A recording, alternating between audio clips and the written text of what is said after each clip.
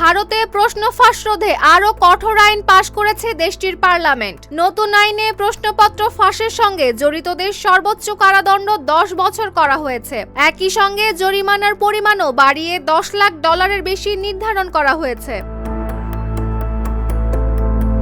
প্রশ্ন ফাঁস ও পরীক্ষায় অনিয়মের প্রতিবাদে দেশজুড়ে বিক্ষোভের মধ্যে এই আইন পাশ হয়। আন্দোলনের মুখে পড়ে শিক্ষামন্ত্রী ধর্মেন্দ্র প্রধান পদত্যাগ করেন। পরে নিম্নকক্ষে বিলটি পাশ হওয়ার পর উচ্চকক্ষ রাজ্যসভাও কণ্ঠভোটে সেটি অনুমোদন দেয়। এখন রাষ্ট্রপতির স্বাক্ষরের পর এটি আইনে পরিণত হবে।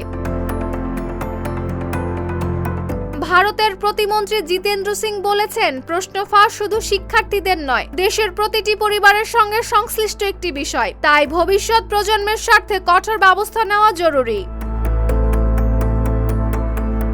ভারতে দীর্ঘদিন ধরেই জাতীয় ও রাজ্য পর্যায়ে বিভিন্ন পরীক্ষায় প্রশ্নপত্র ফাঁসের অভিযোগ রয়েছে। চলতি বছর মেডিকেল কলেজে ভর্তি পরীক্ষায় প্রশ্ন ফাঁসের ঘটনায় 13 জনের বিরুদ্ধে মামলাও করেছে দেশটির কেন্দ্রীয় তদন্ত সংস্থা। বিশ্লেষকদের মতে নতুন আইন প্রশ্ন ফাঁসের প্রবণতা কমাতে কতটা কার্যকর হবে সেটি এখন দেখার বিষয়।